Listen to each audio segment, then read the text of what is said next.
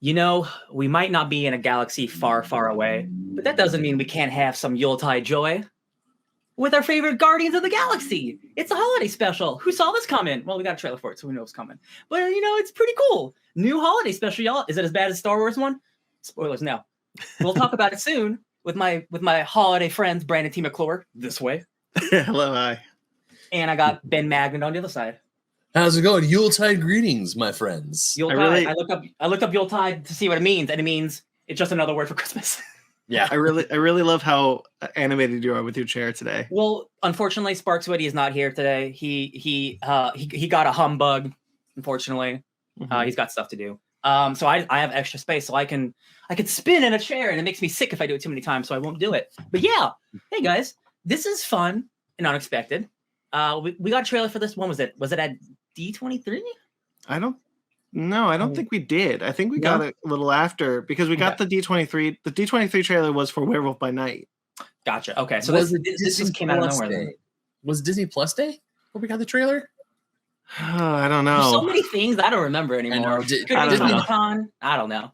But yeah, this is a fun, unexpected thing. This is the second Marvel special presentation, and it's a holiday special. So I'm curious, my holiday friends, how did you guys feel about the Guardians getting slammed on Earth, kidnapping Kevin Bacon?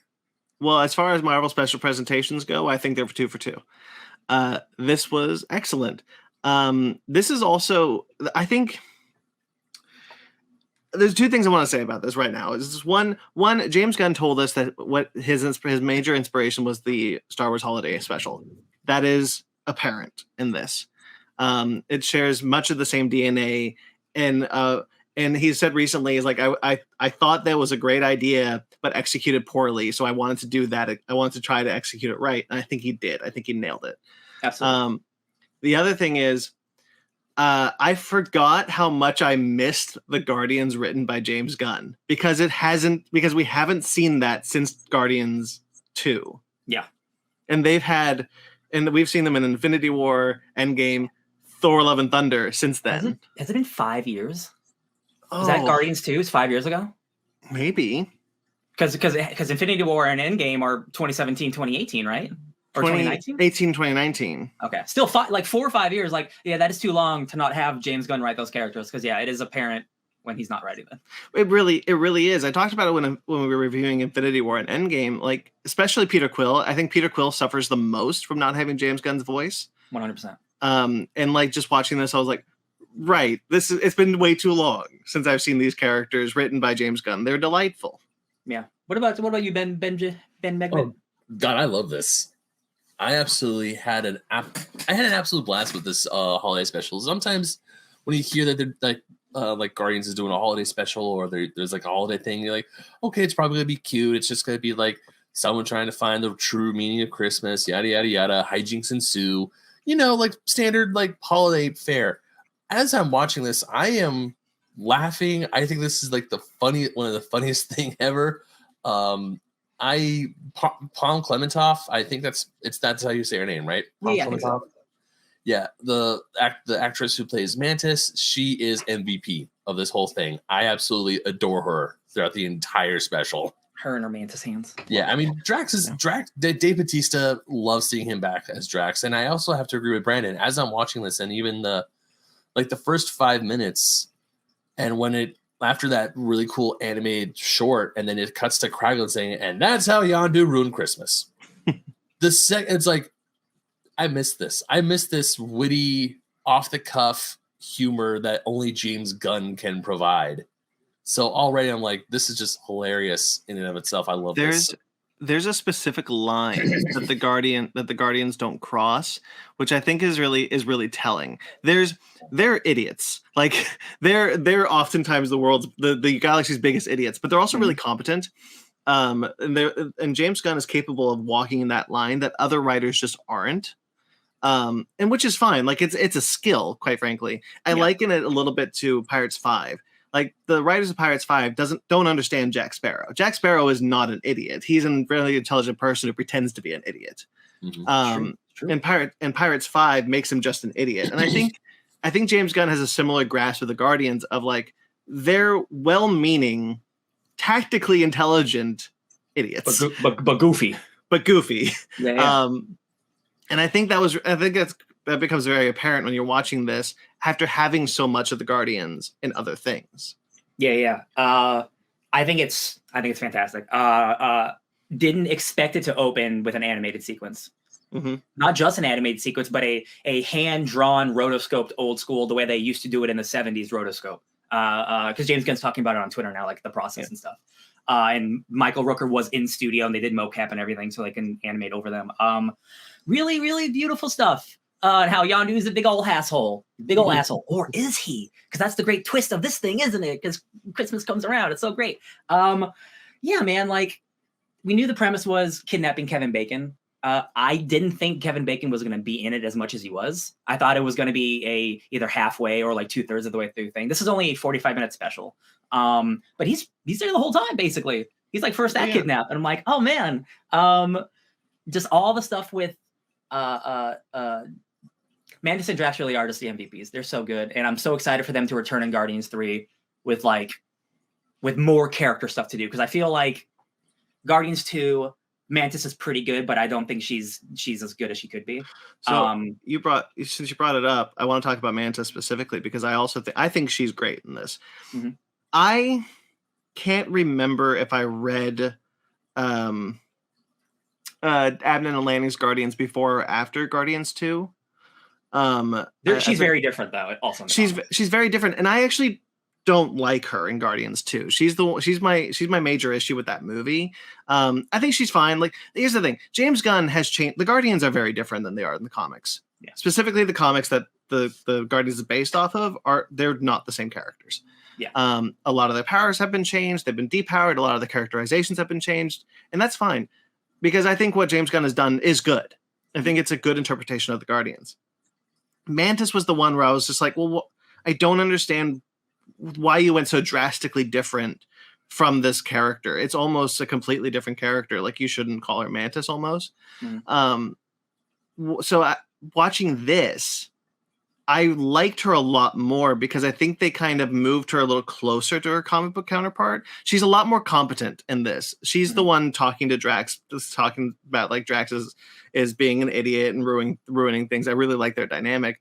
And I like how kind of take charge we're seeing Mantis be as she's getting older. Obviously the character is getting older, so maturing. And so how Mantis is written in this, I like. I really like. I like her a lot in this. Yeah, and it definitely. It's not that she was like an afterthought in Guardians 2. Like she's important to the whole story, but like she definitely didn't get the same treatment a lot of the other characters got. I felt, and that's just because like there's a lot of characters in that movie you got to tackle, right? And sometimes characters just got to get not as much treatment. Having her be the focus and having it be a family story of how, oh yeah, Ego is my dad. Like there was a Mantis lady we saw in that Guardians 2 movie. So a lot of people assumed that they were somehow related, and they are, because Ego has fathered thousands of children and he murdered most of them. There's millions even, who knows? There's a deleted scene. I don't think it's on the Blu-ray for Guardians 2, but there was a scene filmed where Mantis tells Drax that she's Ego's daughter. And that scene ended up in the Legends episode for Mantis. Which dropped this week, and so everyone was like, "Hang on." I want to say they fixed that or something. Yeah, they took it out. That's really funny. And it's not like it's really not a huge big spoiler. Like if you connect the dots, you're like, oh yeah, that makes sense. But it is a sweet thing of that's not really. It's not about the reveal. It's about her wanting to do something for her family that she didn't know she had.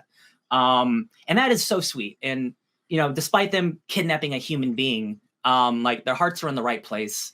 And like the opening stuff on, first of all, this is very much a holiday special. Like they're shooting in one location and then they're shooting in like another location. Like it's despite it looking like $100 million movie still, because it's Disney Plus, like it is considerably smaller scale. And that opening scene with the old 97s as aliens singing, I don't know what Christmas is, but Christmas time is here. That's awesome. It's half a musical. I absolutely love that opening sequence with the old 97s, and then, like when they're talking about Santa and everything, and I just love how Chris Pratt, Peter Quill is just like, that's not the lore. He's like, trying, like that's nothing's wrong. It's like everything are weird. It's like, okay, yeah, that's true. What does he say? He said, oh yeah, we learned what Christmas is from Rocket, who learned it from Cosmo, who learned it from Kraglin, who learned it from you. Yeah. So tell me if this all makes sense as I sing it. And like, so yeah, it sounds okay. Okay, hold on, wait a second. What's going on here? Yeah, I like listen. First off, I must say, the songs are great. The songs are always great, but there are I think 2 newly written songs for this movie, and they're both excellent. Oh yeah. So yeah, we got our homies. The big new thing, they own Nowhere. Yeah. And James Gunn went into a little bit on Twitter. It's like, yeah, like they are mercenaries, so like they do take money, and they've been doing it for 5 years, or as long, or not 5 years. Well, no, not all the Guardians got destroyed. Just Rocket and Nebula were still around. Yeah. So like so over the years, post and pre Snap and stuff, they've been collecting money, and they bought Nowhere, and they're turning it into a refuge for people to live at. Well, actually, think about this. So Guardians 2 actually takes place in 2014. So that's 4 years between that and Infinity War, and then Rocket and Gamora and Rocket and Nebula were around in the 5 years between Infinity War and Endgame. Yeah. So that's 9 years that the Guardians have been operating that we just haven't seen.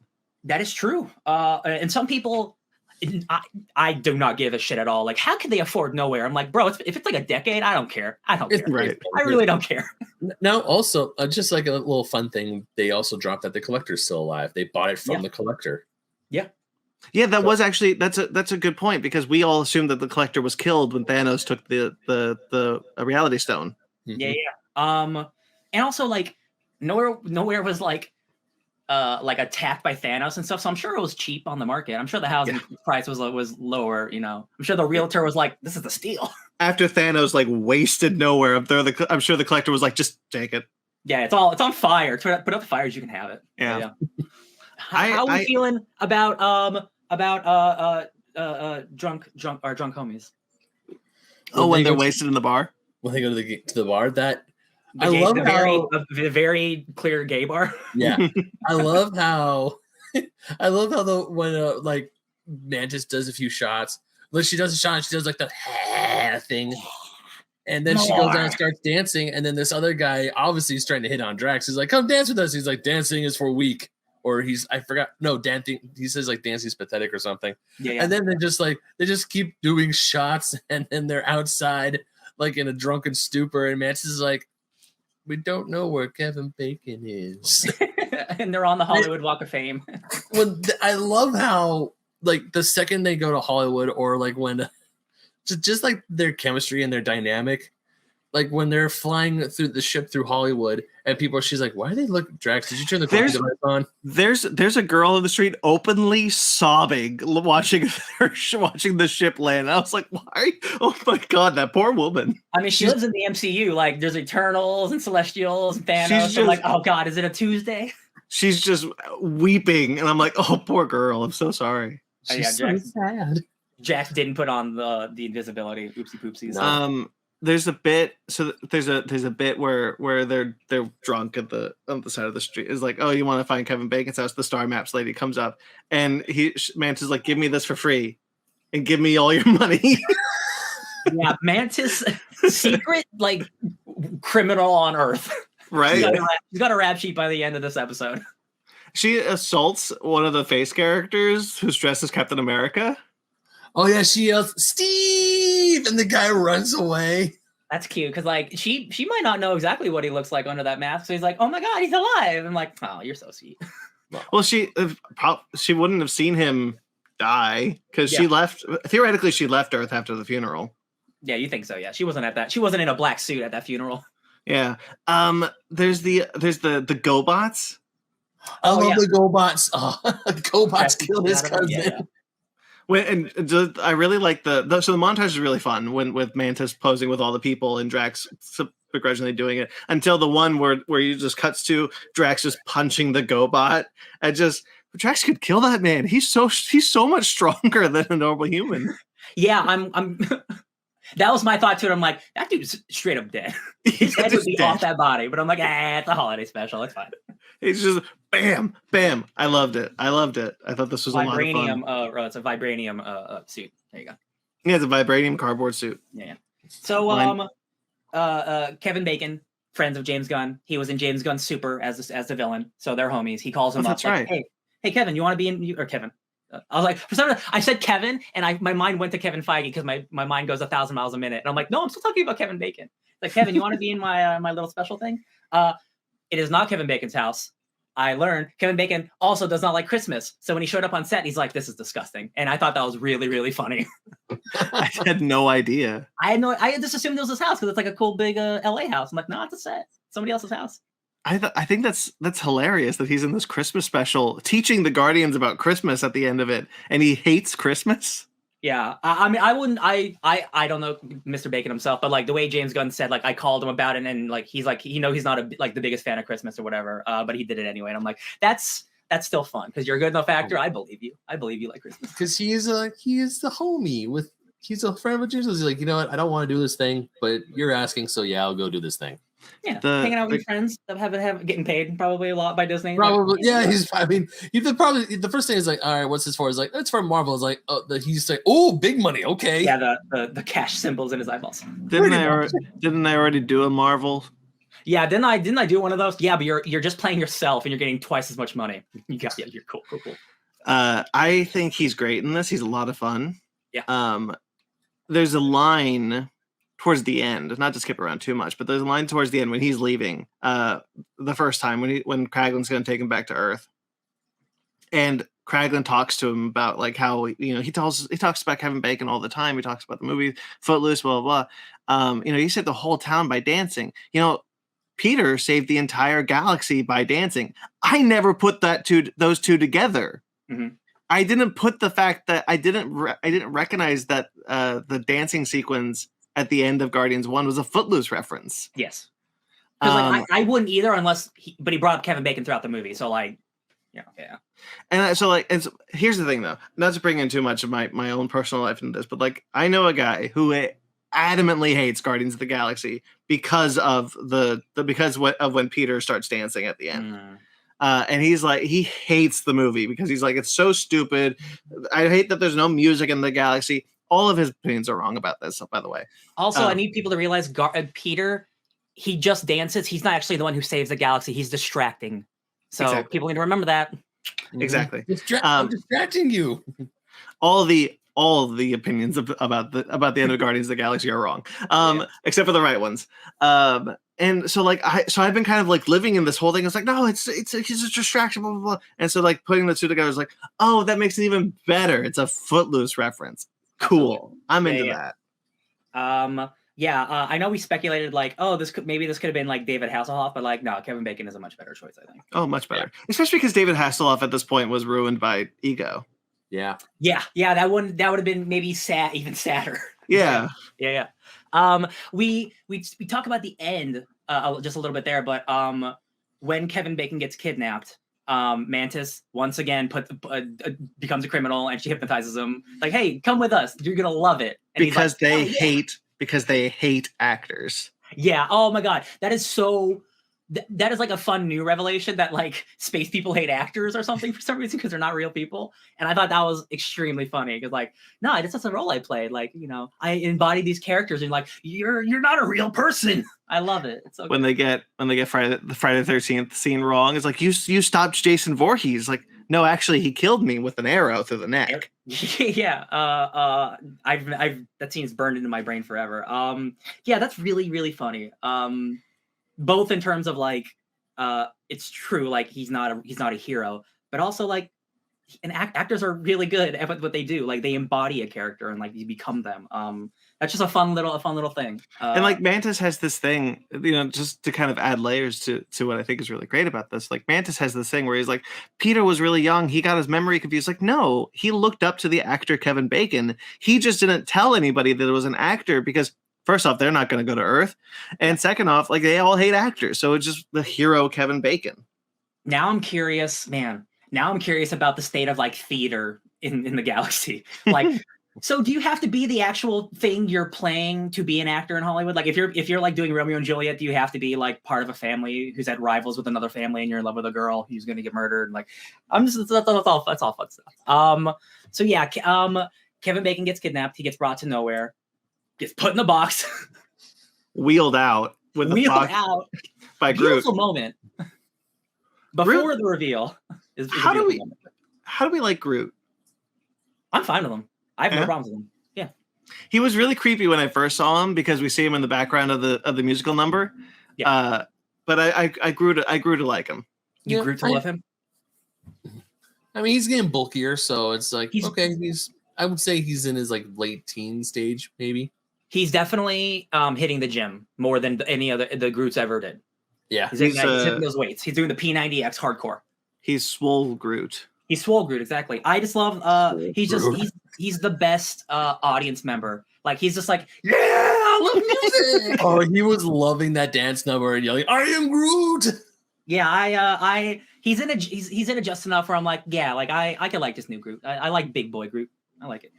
Yeah, I mean, the last time I saw him, he was a piece of shit teenager. I am Groot. Yeah, 100%. Yeah, you got to grow out of that. Yeah, nobody wants a teenager anymore. Yeah, he's probably like mid-20s at this point. I would guess so. Yeah, he looks like college boy, maybe. Yeah. Maybe. Yeah. The next time we see him, he might. I don't know. However time passes, I'm really excited for Guardians 3, though. Yeah. Oh, I'm really excited for Guardians 3, especially now. Like bouncing off this. Oh, Cosmo. Yeah, Cosmo. We finally hear Maria Bakalova as Cosmo. Yes, briefly, but it's like, oh, it's a talking dog. It's like a dog. I love it. I'm really happy that we finally at a place. Cosmo is my favorite Guardian, so like I'm really happy we're finally at a place where we get Cosmo in this franchise. Yeah, it's so wild. That first this counts as part of the Guardians thing. So like we're getting 4 really great because it's going to be good. We're getting 4 really good Guardians products in the MCU before James Gunn leaves. And they're able to tackle so much big cosmic shit. Like Ego is a character I didn't think he'd show up anytime soon. And like Cosmo I was just about to ask, did you ever think you'd see Ego the Living Planet in a movie? Nah. Especially like once I saw the brief Guardians 2 talk, once he was like human form, I'm like, okay, that's cool. He's like a celestial who takes human form, that's fine. We also got to see his big ass planet form. So I'm like, I got my cake and I got to eat it. It was great. Let's see. I think so we talked about Kevin Bacon in the box. I love Peter's reaction to seeing Kevin Bacon, which isn't like immediate, like, oh, Kevin Bacon, you're here. It's fear. Like, what did you do? Because he knows. He's like, you human trafficked? That's human trafficking. Yeah. And then leading up to that moment, it's beautiful because like Peter's coming out and it's like all the lights start coming on, everyone's coming out, and it's like, oh my God, it's a Christmas miracle. And then human trafficking happens. and Kevin Bacon loves it. He couldn't be happier. He's been kidnapped. Yeah, he's like, yeah. He's like, you guys don't know what you've done. This is not okay. A lot of emotions at once. Mantis turns him back, and he's got. I love his point of view of like, what am I doing? If I let you go, are you going to run? No. Runs. And then he's like, go get Kevin Bacon. I love how also Nebula doesn't have a whole lot to do in this special, but I love how she just takes the gun and goes on it. Nebula. Kevin Bacon. I just want you to get back here, Kevin Bacon. Listen, she has my favorite dance of I mean, there's only a couple, but she does like a little saunter at the end. I'm just like, yeah, okay, you got it, girl. You got it. I think she might have my favorite line, which is the one when she has the gun, which is just like, you can't outrun me, Bacon. You can't outrun me, Bacon. It's like she's been dreaming of this because she hates Quill. I'm going to kill your hero. God. This is, I mean, it's only 45 minutes, so it's not like we have like a whole ass movie to talk about, but like the Yondu stuff, I think is probably the quote unquote like the most important stuff, because like I think without that like big not twist, but like the big like third act reveal of like actually Yondu didn't destroy Christmas. I actually really like Christmas because of Yondu still. Beautiful reveal. And the best thing, full circle back to Guardians 1, he gets into the little toy that he starts collecting. Yes. Yeah, Old I know toys that that. Yondu collects. He's the first one that he buys, that he gets. It's from Peter, and that's just such a beautiful now. Like when you rewatch Guardians 1, it'll all make more sense. It'll be even more beautiful, and like that connection is even stronger. And I'm like, man, James Gunn, you're so good about making us care about a character Yondu on the comics. Not, he's fine. He's okay. Well, again, he's very different, right? Yeah, he's very different, and he's not around as much either. Yeah, so like that's kind of the thing of like what James Gunn has done, which has been so shocking to me. Like the drastic changes that he has made to every member of the Guardians, including the Guardians 3000, which we've saw in with Yondu and then more in Guardians 2, is crazy to me. That not only have people accepted them as almost the definitive versions of the Guardians, but some people like.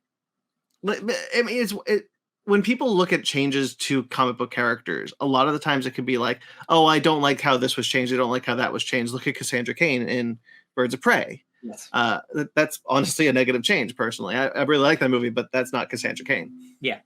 But these oftentimes aren't the same Guardians from the comics, but they work for the film that they are doing, for the story that they are working on. This is the version of the Guardians that they need to be for James Gunn. And I think it's kind of crazy that James Gunn has been able to walk that line so damn well.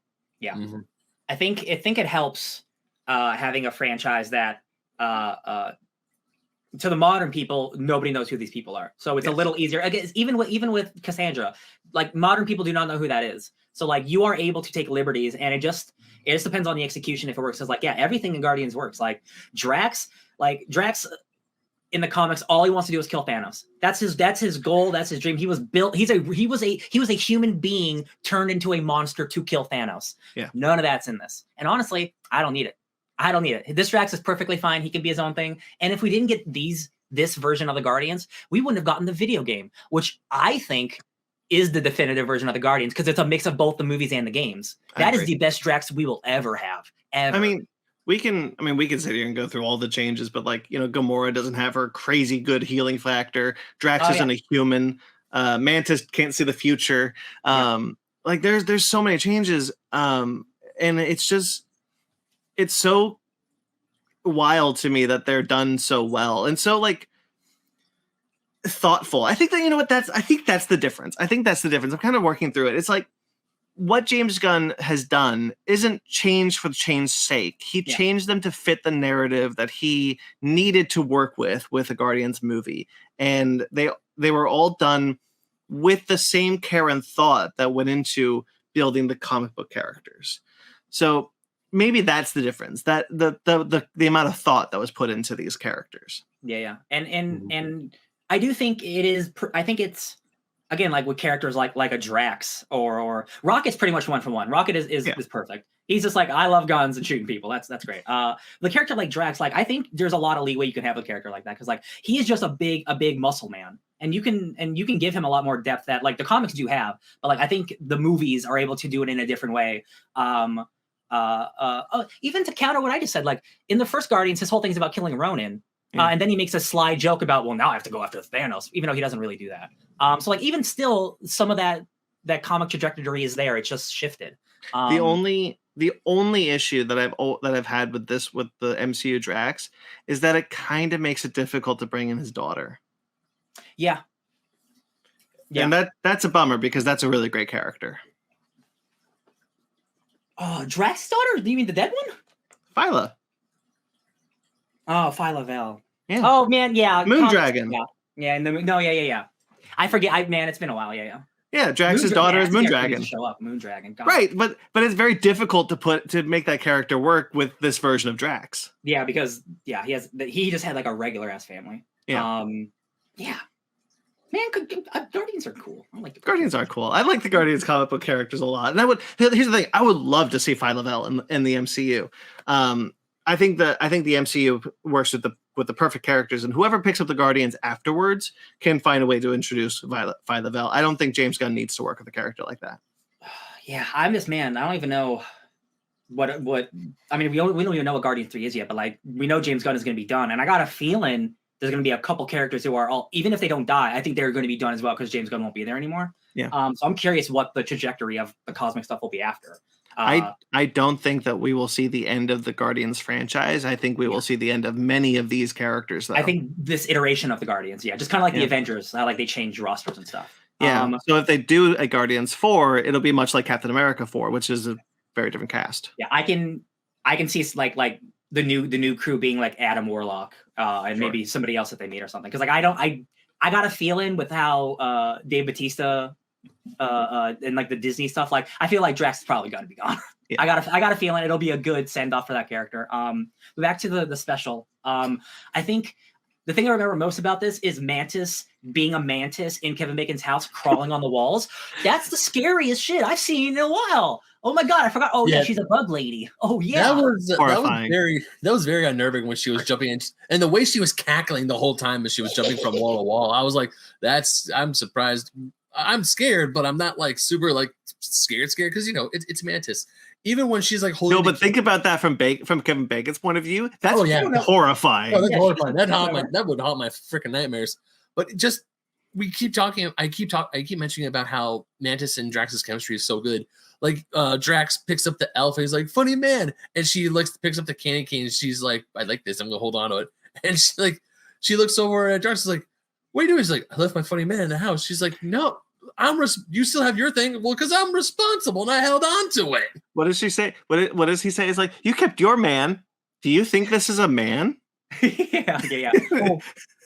And when Drax flips the Beverly police car and she's like, you can't just give up. She goes over and she's talking to him there, and the two officers in the car are like, yeah, we're okay. She's like, okay. She gives him. We're scared. We're square, right? We're even, right? Sure. What's the line that she's like, Drax, it's either we get Kevin Bacon or it's the little man. Which do you want? And he's like, I want the little man. Oh no, he says it's like we either go help make Peter happy or it's the little man. And he's just like, Drax, because he takes too long. I want the little man. Yeah. Or even like jumping way back to the beginning, like when because I didn't watch that little snippet or the scene where she tells Drax that she's Peter's sister. To me, this was a whole new revelation. I was like, oh, that makes sense, yeah. Mm-hmm. But I love, once again, Dave Bautista as Drax completely hits the nail on the head. I love this guy as this character, and he's still going back to the Zargnuts. He's like, I'm pretty sure he'd be more upset about the Zargnuts because you ate them all. And she's like, enough about the Zargnuts. Nobody but you cares about the Zargnuts. I understand, because there's definitely Drax, his comedy factor is upped considerably from Guardians 1 to 2. Mm-hmm. And I understand some people have a problem with it. Over time, I've grown to really like it. I think it works because it's not like those emotional moments don't happen.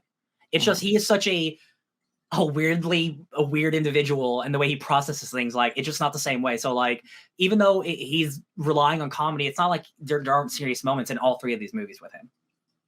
Yeah, no, I agree. I did rub against his comedy the first time I watched Guardians 2. It was kind of one of my biggest things. But I have since come to really appreciate it and find it very endearing in many places. He's one of the most consistent in the MCU since Guardians 2, I should say, because he I don't think had a significant change in his character when other people wrote him. Yeah, I feel like he's a fun one, because like Peter, like I think he's more of a challenge, whereas like Drax, like he is the funny one. Like he is like the invisibility joke in Infinity War. I think like that's really, really funny, and that's a McFeely joint. I wonder if Chris Pratt has a hard time working with other directors, specifically Peter Quill, and James Gunn is the only one who can kind of pull that Peter Quill that we like out of him. It's like he doesn't get a lot to do in this, but I think he's pretty good. Yeah. I mean, the emotions are all there, and he's supposed to be like it's about him, but it's not really about him. It's about Drax and Mantis. So like him being like the thing that makes the story happen, like it all works. Like he is emotional and he is funny and stuff still. Yeah. Like honestly, my favorite scene is the realization, like when Mantis tells him that she is his sister, and he realizes it and gives her like the biggest bear hug. I'm just like, that's sweet. That's very sweet.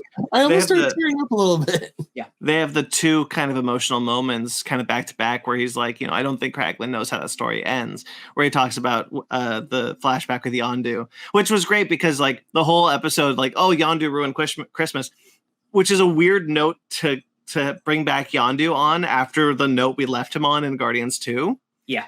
And so like having that kind of come full circle, be like, oh no, Peter actually had a good Christmas because of Yondu.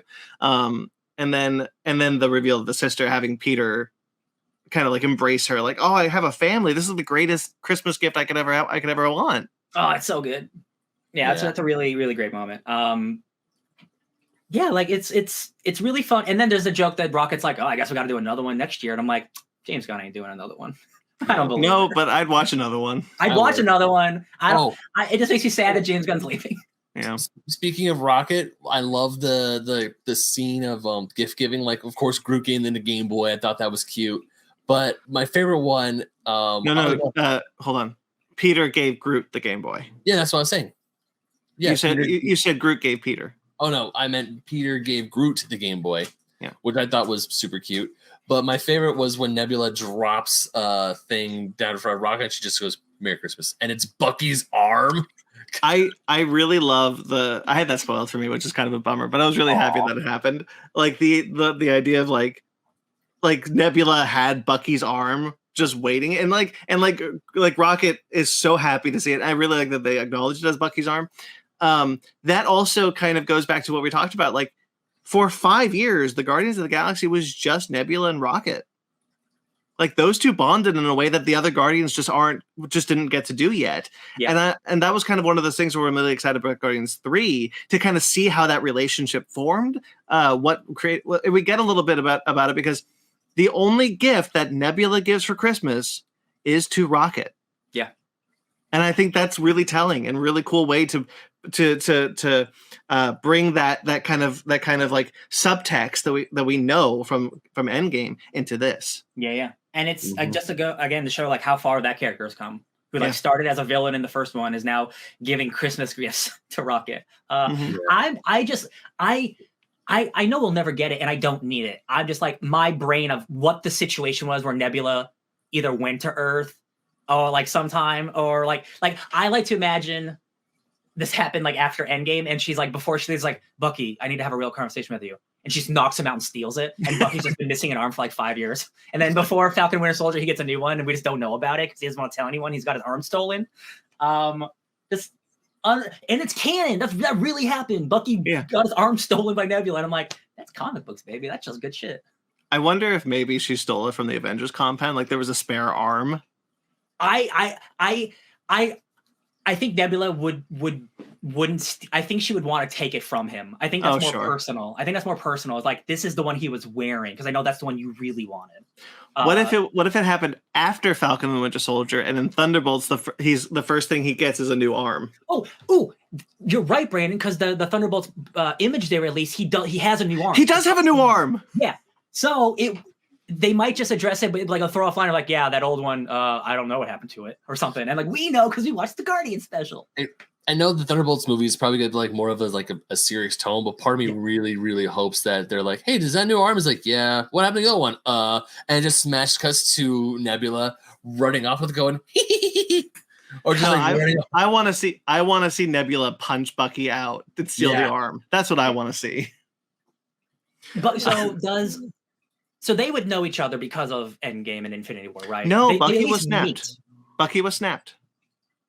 No, I'm sorry. When he comes back, like, because like when he comes back, Rocket up and stuff. So like, I'm guessing he might have met Nebula or something because like Nebula knows that Rocket wants it. So like, there's a familiarity between all of them where it makes me think that like Nebula went to him as a friend and stole that dude's arm, and I'm like, that's so messed up, and I love it. So I'm gonna run through a timeline real quickly, but mostly just for me. But I want to do it because this is a space we can do this. So that scene where Rocket gets picked up by Bucky is in Infinity War, and that's when he says, "I want that arm." Mm-hmm. So Rocket, knowing that Bucky got snapped, spent 5 years with Nebula talking about that arm. You're right. And so because he couldn't get that arm because Bucky was snapped, that arm's gone. So he spent 5 years talking to Nebula about how much he wanted that arm. So then when Bucky finally came back, at some point Nebula went back to Earth and took that arm from Bucky. Yeah. For a Christmas gift. I would even accept like a fake deleted scene of like she just hitched a ride with Mantis and Oh, Drax. sure. And she had her own. That could be next year's holiday special, getting Bucky's arm.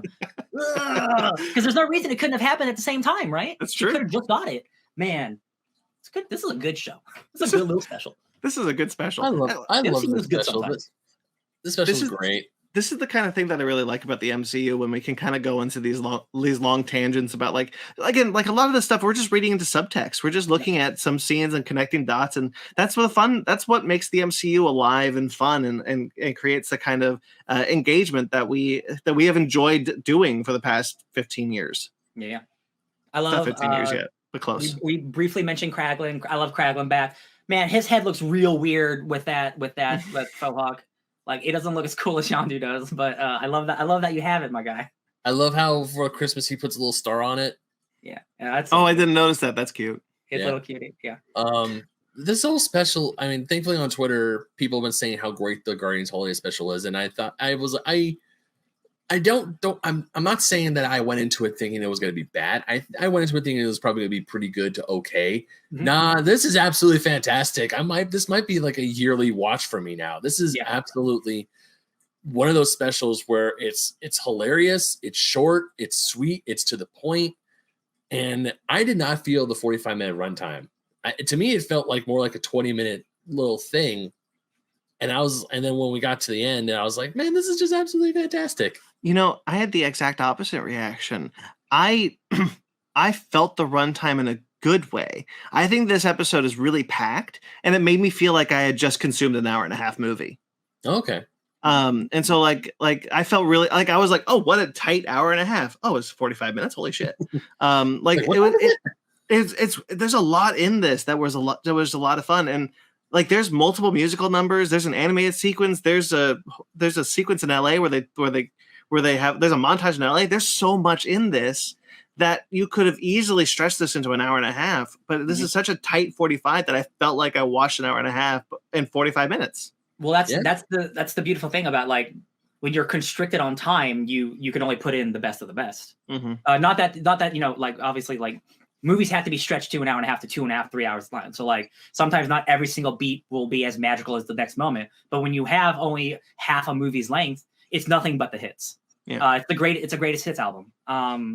And like the Werewolf by Night special, like, another beautiful, like, less than an hour full story with, like, no fat, just pure beef. And we love when Marvel brings the beef. I'd be remiss before we get out of here to talk about the dioramas that Groot gifts everyone at the end. Oh my god! Which is just scenes from the movie until we get to Kraglin, which is just him holding the diorama. Groot's a good artist. Who would have known? Yeah, right. Look at that. I thought that was very funny. Yeah. My favorite little, not my favorite, but a gag that I really like is Kevin Bacon's real wife, Kira Sedgwick, just calls him on the phone, and it's her voice just going like, and I'm like, that's cute. They didn't have to get Kira Sedgwick for a talking on the phone line, but they did. It's cool. I think Kevin Bacon is great in this. I think he's clearly having a good time. I didn't know a song. Yeah. I didn't know he could sing. Man, people in Hollywood, they're so talented. Like, I'm like, of course, Kevin Bacon's a singer. Of course. I kind of thought about it. I was like, I guess I've never seen him sing, but like, it makes sense. Like, it feels like he should be able to. And I gotta tell you, he looks good. Yeah. That dude's not to be mean, he's old now, but he looks good. He's aging very well. Mm-hmm. Silver Fox. Yeah. Kevin Bacon was absolutely fantastic in this. Like, even when they're like, when he's on the ship with all the Christmas decorations, and they realize that he's an actor, and they're like, "Pretend you're a hero," and he starts doing a British accent, and they're like, "From World War II." Yeah. He's like, "What? No, just be you. Stop with the funny voice. Just be a hero." That's pretty good. I forgot about that. Yeah. I'll be Batman. Oh yeah, that's gonna piss off some nerds for no reason at all. Right. Oh, James Gunn's DC fuck. Yeah, I don't care anymore. Agenda. It hasn't even happened. It hasn't even happened, and I'm already tired of it. They mentioned Batman and the DC universe in Eternals already. Shut the F up. Yeah, but people don't talk about that movie anymore. No, they don't. Oh, they do. Yeah, that's 2 Batman movie references in Phase 4. Fascinating. I wonder who the actor in the MCU acting world is playing Batman. That's fun. It's Yahya Abdul-Mateen. It's Wonder Man. I'd watch that. I'd be so into that. I would Could you watch imagine that shit. crossover? Oh my god, it's a Wonder Man Batman holiday special. All right. Wow. There's the kind of my final thought on this is it's so okay. The MCU has now graced us with 3 different formats: movies, television shows, and now specials. Now these short runtime specials. What I think is really great, movies. They're more times than not great. They started great. Most of the time they're great. Some of them have fumbled, but not as many as some people think. Yeah. Ant-Man and the Wasp is great. You all are just mean. This is just my Ant-Man and the Wasp agenda. TV shows came out of the gate. WandaVision's good, but most of the time they've been pretty disappointing, and kind of lowered our expectations with those things. And after a while, we just kind of like, we don't even cover them episode by episode anymore. Yep. So they kind of struggle. These special presentations, 2 in, and they're both incredible. Yeah. Like they're both some of the best the MCU has done. Certainly the best in Phase 4.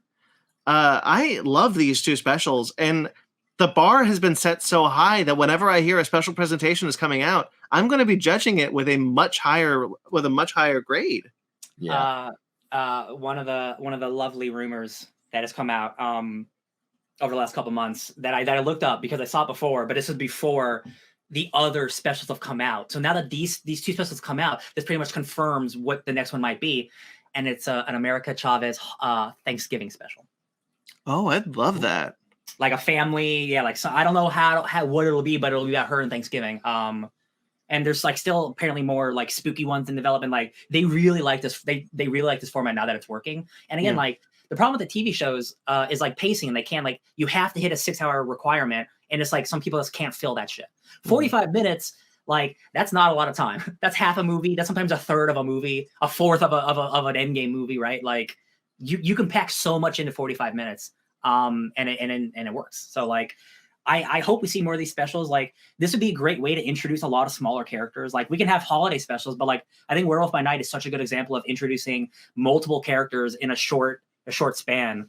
Because it's only 45 minutes. It's all grease. It's all good stuff that you're watching. That movie is 50 minutes and we get 3 new characters. Yeah, it's incredible.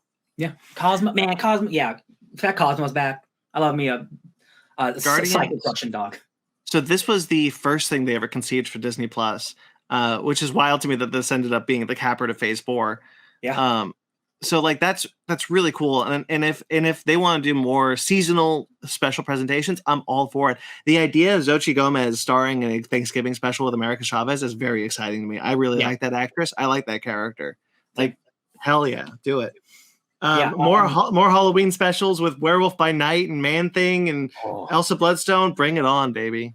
Yeah, I am. Anytime I'm going to hear about a new special presentation, I'm like, I'm not worried about it. I have no reason to worry about it. You got those on lock. Everything else, I'm like, we'll take it by section by section. We'll see. Yeah. Although when Armor Wars moved from a TV show to a movie, I was like, all right, we're good. That's man. That goes from 6 hours to 2 hours. Immediately already better. Already better. 100%. Do we want to rate this? Oh, Sparks sent us some things. I almost forgot. Sparks sent us a thing. He could not be here, unfortunately, but he did send us. When I asked him about does he want to send us some notes, he says, just that I love the reveal that with Yondu. We've talked about that. I think it was an inspired choice to have Drax and Mantis adventure. It's great chemistry, he says, and the whole thing is charming. Yeah, all of it. Very charming. True. Yeah. That James Gunn, that he just knows what he's doing. Whether it's comedy, drama, action, like he's made horror movies. Like that dude's just like he's got cinema on lock. He's got cinema on lock. What do we want to rate this? Oh, I don't give it a 9 out of 10. Damn good time. I also give it a 9 out of 10. Yeah, I think it's the same as Werewolf by Night. I hope I gave Werewolf by Night a 9 out of 10 because I'm giving this a 9 out of 10. Yeah. I think I remember I gave Werewolf a 10, I think, but that's just because I like spooky stuff more. Mm-hmm. But like this is good enough to transcend, just like Klaus. If it's good enough to transcend this holiday medium, then like I'm open for it, baby. Real quickly, I just want to put in my other agenda. Put Klaus on Blu-ray, Netflix. Thank you. # put Klaus on Blu-ray. That movie deserves it. It'll be the one Christmas movie I own, 100%. Please. Okay, so that's it. That's the Guardians of the Galaxy holiday special. We're so happy that it came out. We're so happy that it's good. Yep. Obviously, we're jazzed about it. Hopefully, the audience is as jazzed about it as we are. I think Ben is absolutely right. This is going to become a new holiday staple where every year I want to sit down and watch Guardians of the Galaxy holiday special. Yep. All right, so that'll do it. Hey guys, make sure to like this video and subscribe to this channel if you're watching this in the video format. If you're listening to this in the audio format, subscribe. That's all you got to do. Subscribe. Click that button. Subscribe. You're done. You did it. Congratulations. You're subscribed to hours and hours of this podcast. There's all sorts of things you can check out if you check out our YouTube page. Again, like this video, subscribe to this podcast, subscribe to this channel, and you can check out all sorts of things, such as our Fake Nerds Watch series. We've talked a lot about Phase 4 this year. This is the finale of Phase 4, the epilogue of Phase 4. Phase 4 is officially over. We have every Marvel thing that's come out because that's what we do, baby. We've talked about every single entry in Phase 4. Actually, every single entry in the Marvel Cinematic Universe, because we've done multiple specials on every movie. It's true. It's true. So you can check out all sorts of things if you want to know what we think about anything. Any Phase 4 film or TV show, they are there. As far as TV shows go, we've done many Fake Nerds Watch series where we talk about all the shows. We've done all the shows. You can check them out. They're all there. As well as recently we wrapped up Star Wars Andor. So we don't just talk about Marvel. We also talk about Star Wars. We do talk about Disney. We talk a lot about Disney. Yeah. They put out a lot of things. Yeah, they do. We do try to do other things, not Disney, but Netflix's release schedule is really shitty. Yeah, man, when we started this podcast over 6 years ago now, and I remember us doing Stranger Things, I'm like, man, I could binge Stranger Things like it was no problem. I can't watch more than one episode of a thing. I'm like, I can't, I gotta tap out. I gotta do something else. We wanted to do, we still want to do Sandman, so stay tuned. We will do a Sandman Fake Nerds Watch. It's just a matter of when we can get around to it. And Willow will be the next Fake Nerds Watch for sure. We're going to do Willow, Disney Plus's new series. Again, Disney, oops. You can also check out Basement Arcade. Basement Arcade is a video game Let's Play series where we play a bunch of video games. Basement Arcade Pause Mini was a video game discussion series. Ben's recent episode talking to Donnie G Retro about the Portland Retro Gaming Expo is up now. That it is. You can check that out, as well as Animation Station and Fake Nerd Book Club. Animation Station probably coming out with a new episode soon. Guys, watch Little Nemo Adventures in Slumberland. Let's do this. Let's get this happening. Little Nemo. So that's that. Of course, you can you can support us financially on TeePublic or Patreon, which are linked below, or on our website at FakeNerdPodcast.com. Or you can check out our mothership show, Fake Nerd Podcast. This is all part of the Fake Nerd Podcast banner. There is all sorts of things. Last week we talked about. I know this. Strange World. I didn't know this. I forgot. We're the 4 people who saw that movie. Yeah, right. We talked about Strange World, Disney's latest movie, Strange World. This coming week, we're actually going to be discussing the first Avatar movie. I'm excited to hear that James Horner score once again. Anticipation for The Way of Water.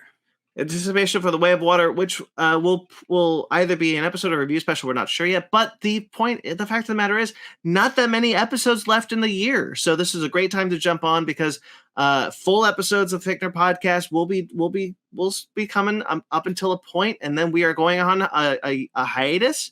For that show will be going on hiatus. But there will be review specials and Fake Nerds Watches. There will be stuff you guys can check out. Just that main show. It's a lot for us to put on. So during the holidays, we're just like, just let it go. Everybody deserves a break. Yeah.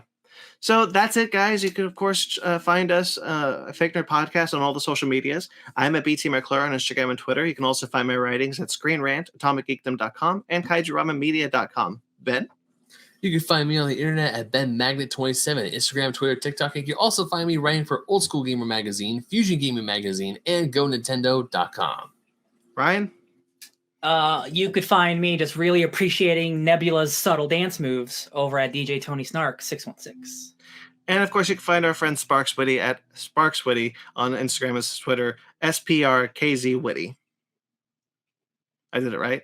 SPARKZ Witty. Yeah. Yes. All right. Until next time we see us, guys, stay fake nerds. Love you, Kevin.